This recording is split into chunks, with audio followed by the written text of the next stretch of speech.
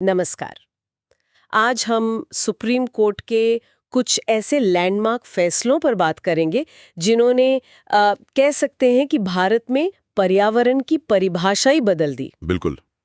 ये वो केस है जिन्होंने हमारे आर्टिकल 21 यानी जीवन के अधिकार को एक नई जान दी। हाँ, कि ये सिर्फ जिंदा रहने का अधिकार नहीं है बल्कि एक साफ सुथरे, एक स्वस्थ माहौल में जीने का अधिकार है। ऐसा ही कहा। तो चलिए शुरू करते हैं। तो पहला केस है Indian council for enviro legal action बनाम भारत संघ। ये 1996 का मामला है। हाँ, ये राजस्थान के एक गांव की कहानी है जहां केमिकल फैक्ट्रियों ने इतना जहरीला कचरा फैला दिया था कि कि जमीन और पानी दोनों ही पूरी तरह बर्बाद हो गए थे। बिल्कुल। और यहीं पर देखिए सुप्रीम कोर्ट ने प्रदूषक भुगतान सिद्धांत, जिसे हम पोल्यूटर पे प्रिंसिपल कहते हैं, उसे सख्ती से लागू किया। अच्छा, पोल्यूटर पेज प्रिंसिपल मतलब आसान भाषा में जिसने गंदगी फैलाई है सफाई भी वही और करेगा। सफाई भी वही करेगा और हर्जाना भी वही भरेगा। कोर्ट ने ये साफ कर दिया। तो मतलब कोई बहाना नहीं चलेगा कि हमसे गलती हो गई या हमने पूरी सावधानी बरती थी। नहीं, बिल्कुल नहीं। यहीं पर स्ट्रिक्ट लायबिलिटी का सिद्धांत आता है। अगर आप कोई खतरनाक काम कर रहे हैं तो उससे होने वाले किसी भी नुकसान के लिए आप पूरी तरह से जिम्मेदार हैं। बात खत्म। ठीक है, तो ये तो हुई प्रदूषण होने के बाद की बात। लेकिन क्या प्रदूषण को होने से पहले ही रोका जा सकता है? शायद यही सवाल रूरल लिटिगेशन एंड एंटाइटलमेंट केंद्र बनाम उत्तर प्रदेश राज्य के केस में उठा था। हाँ, 1985 का मामला, मसूरी में चूना पत्थर के खनन का। यह तो सीधा सीधा विकास और पर्यावरण के बीच का टकराव था। एक तरफ रोजगार, पैसा, और दूसरी तरफ तबाह होते पहाड़। यहीं पर कोर्ट ने पहली बार सतत विकास यानी सस्टेनेबल डेवलपमेंट की बात की। Sustainable development. कोर्ट का तर्क था कि हम आज के छोटे से फायदे के लिए आने वाली पीढ़ियों का भविष्य दांव पर नहीं लगा सकते और इसीलिए पर्यावरण को नुकसान पहुंचाने वाली खदानों को बंद करने का आदेश दे दिया। हाँ, उन्हें बंद करने का आदेश दिया। ये एक बहुत बड़ा कदम था। वाकई। लेकिन क्या हो जब सरकार खुद किसी प्राइवेट कंपनी को नदी जैसी प्राकृतिक संपत्ति इस्तेमाल करने की इजाजत दे दे? एमसी मेहता बनाम कमलनाथ 1997 का मामला कुछ ऐसा ही था ना। हाँ, बिल्कुल।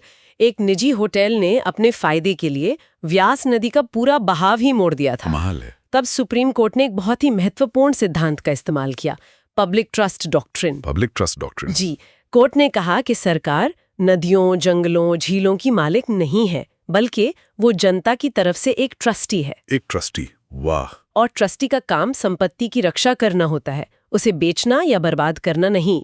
उस मोटल की लीज फौरन रद्द कर दी गई। ये तो सरकार की भूमिका ही बदल देने वाला फैसला था। अच्छा, अब जंगलों की बात करते हैं। टीएन गोदावरमन थिरुमुलपाद बनाम भारत संघ का केस। कहते हैं ये तो वन कानून के लिए एक भूकंप जैसा था।